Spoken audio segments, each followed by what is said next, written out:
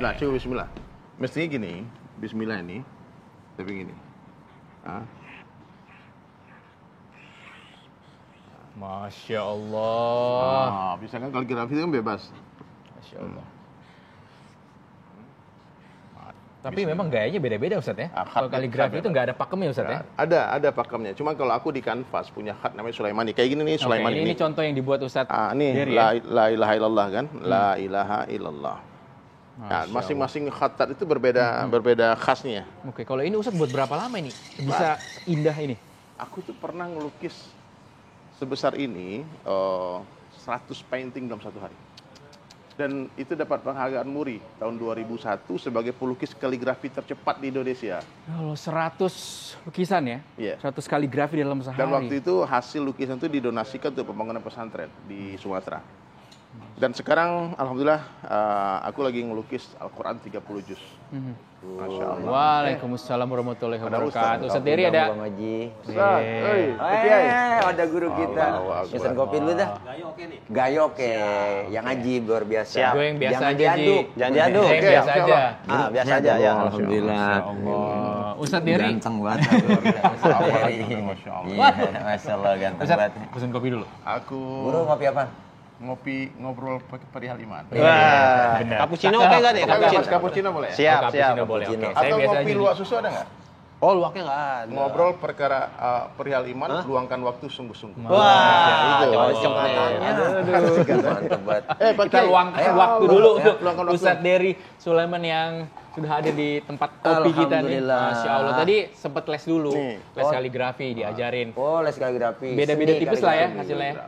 Beda tipis ya Ustaz ya? Saya juga biasa sebenarnya. Boleh Bisa. nggak? Coba. Kasih contoh. Belajar. Pakai itu orang santri, pesantren lagi. Oh biasa, coba kita lihat nih, habis itu kita nilai ya. Khotnya khot apa kira-kira ya? Khot keriting ya? Khot keriting. Kita ganti aja yang baru kali ya. Tulus. Sulut, enggak, nasah saya bisanya. Boleh. Oke, coba. Maaf Ustaz. Nasah. Ya. Bismillahirrahmanirrahim. Kita lihat.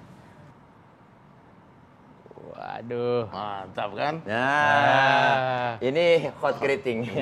Gimana Ustaz Dery? Oh keren. Oke, kalau yang ini Ini sesuai kaidah pelajaran sesuai orang dengan pesantren. Masya Allah. Nah, Dulu di pondok Di pesantren. pondok belajar ya. Pesantren kilat.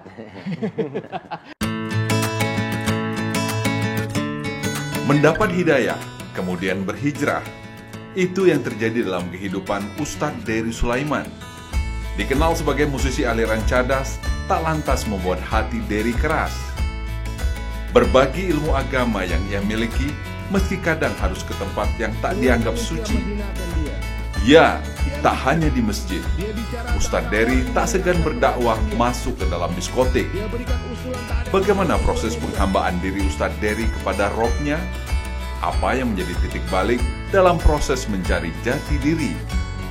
Nah, saksikan kisah perjuangan Ustadz Dery dalam mencari ridhonya hanya di Ngobrol Perihal Iman. perjalanan spiritual dari Ustadz Dery Sulaiman sebelum menjadi pendakwah seperti saat ini. Saya sebetulnya basic itu ada agama karena orang Minang. Kami itu di Minangkabau itu Pak Kiai gadang di surau. Gadang di surau. Besarnya di Besar, musola. besar di musola. Jadi senakal-nakalnya orang Minang, dia punya basic agama. Jadi saya alhamdulillah waktu itu ada Ibtidaiyah, MDA, kemudian sempat 3 tahun pesantren Sanawiyah di Padang Panjang. Di sana itu basic kaligrafi dipelajari. Kemudian setelah tamat Sanawiyah itu terjadi hentakan. Allah kuasa yang membuat jalan hidup seseorang itu berbagai macam. Singkat cerita saya ke Jakarta bergabung bikin band namanya Gibraltar, gabung dengan Betrayer yang bendera kuning kan. Betul. Dan siapa yang nggak kenal Betrayer, band metal yang paling disegani lah waktu itu 97, 98 itu. Nah 98 ketika ada huru hara turun presiden, demo besar-besaran saya ke Bali. Di Bali Pak Kiai itu maunya mau jadi orang gila di Bali, hidup tanpa aturan, bebas kan. Karena saya pikir Islam tidak support hobi saya. Hobi saya itu melukis potret, melukis orang, kemudian musiknya metal ya, nggak cocok lah gitu. Ternyata Allah berkuasa memberi saya hidayah itu di Bali. Saya hidup dalam keadaan gelap gulita, tanpa agama, tanpa cahaya. Tiba-tiba harus merasakan indahnya cahaya itu di dalam masjid. 3 hari 3 malam, waktu itu pas nyepi itu. Nyepi kan nggak boleh keluar. Iya. Jadi momentum nyepi itu saya gunakan untuk itikaf. Mengganti cita-cita yang tadinya dari pengennya dunia saja, sekarang ganti akhirat. Yang tadinya pengen ke Amerika, sekarang pengen masuk surga. Masya Allah, gitu cita-cita. Allah, ini kita ngopi dulu nih buatan Fauzi. Saya cuma bisa tulis kaligrafi di susu aja nih. Ini seni juga nih. Bang, bisa nggak nanti request tulisan Allah di sana? Wah, ini kita ngulik lagi nih. Ngulik lagi ya, belajar dulu ya. Tulisan nama Tila juga bisa sini. Oh, bisa. Arab ya. Arab juga nih Bang dari guru. Silakan. Maklum. Arab cemas. Setelah Ustadz Dery Sulaiman ini memutuskan untuk hijrah begitu ya, dan sudah yakin bahwa membutuhkan Allah, apa yang dilakukan seketika dilakukan saat itu Ustadz Dery Sulaiman? Ya otomatis saya harus mengganti gaya hidup, lifestyle saya harus berubah. Karena agama ini way of life, betul nggak ya? Jalan hidup. Agama ini bukannya sholat, zakat, puasa, haji, umrah, Bang. Agama ini 24 jam kehidupan ternyata. Bagaimana cara makan, cara minum, bagaimana cara tidur, cara berpakaian. Maka saya memutuskan waktu itu, ya kalau dulu saya mencintai Metallica, saya mengikuti gaya mereka. Sekarang saya mencintai Rasulullah, apa buktinya? Buktinya dong. Kan Nabi bilang, man ahya sunnati faqad ahabbani wa man ahabbani kana ma'i fil jannah. Siapa yang menghidupkan sunnahku sungguh cinta kepadaku dan yang mencintaiku bersama denganku di surga. Sunnah Nabi ini kan banyak, surah, sirah, sarirah, pakaian Nabi, kehidupan Nabi, fikir Nabi. Subhanallah. Maka saya tanya waktu itu, ya, kalau gitu berapa panjang sorban Nabi? Meniru Nabi semampunya, bukan semaunya. Betul, semampunya. Semampunya, saya mampu. Kayak sekarang saya pakai tongkat, kemana-mana pakai tongkat kan? Iya. Orang tanya kenapa pakai tongkat? Bukan Saya karena pakai. tuanya. Bukan karena tua. Salah satu sunnah Nabi itu umur 40 tahun itu bertongkat. Tongkat. Bukan karena kita nggak mampu berjalan, tapi sunnah aja. Jadi yang tidak mampu meniru Nabi 100%, jangan tinggalkan 100%. Betul.